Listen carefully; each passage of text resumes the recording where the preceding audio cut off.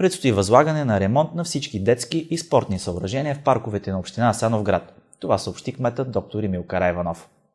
Голяма част от детските площадки и спортните съоръжения в Асеновград са компрометирани по един или друг начин и за това редовно сигнализират притеснени асеновградчани. Макар че новите площадки, които изградиха от общината, са на по-малко от 2 години, вече почти на всяка една от тях има някакъв проблем.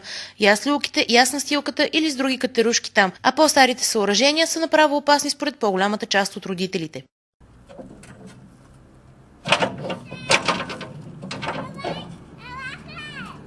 Преди няколко месеца от градската управа информираха, че комисия ще направи оглед на съоръженията и ще бъдат предприети мерки за ремонт и обезопасяване на кътовете, където си играят ежедневно множество деца. Към днешна дата въпросът стои така.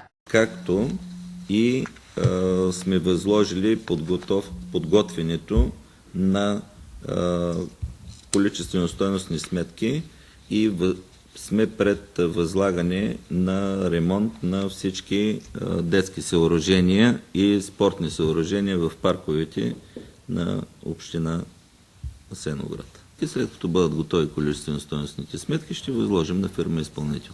Средствата не мога да посоча конкретно.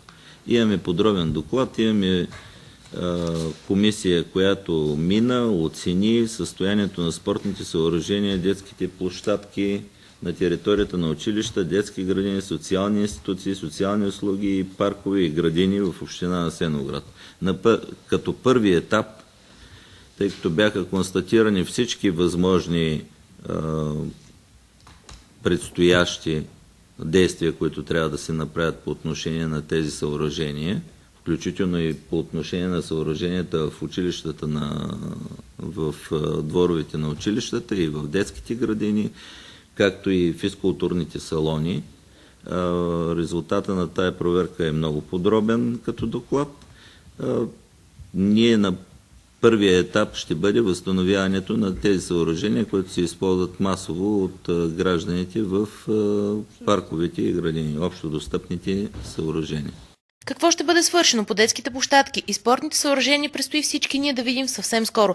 Колко време обаче ще се задържат ремонтирани, обновени и безопасни детските съоръжения? Това вече е въпрос, на който всички ние трябва да обърнем особено внимание.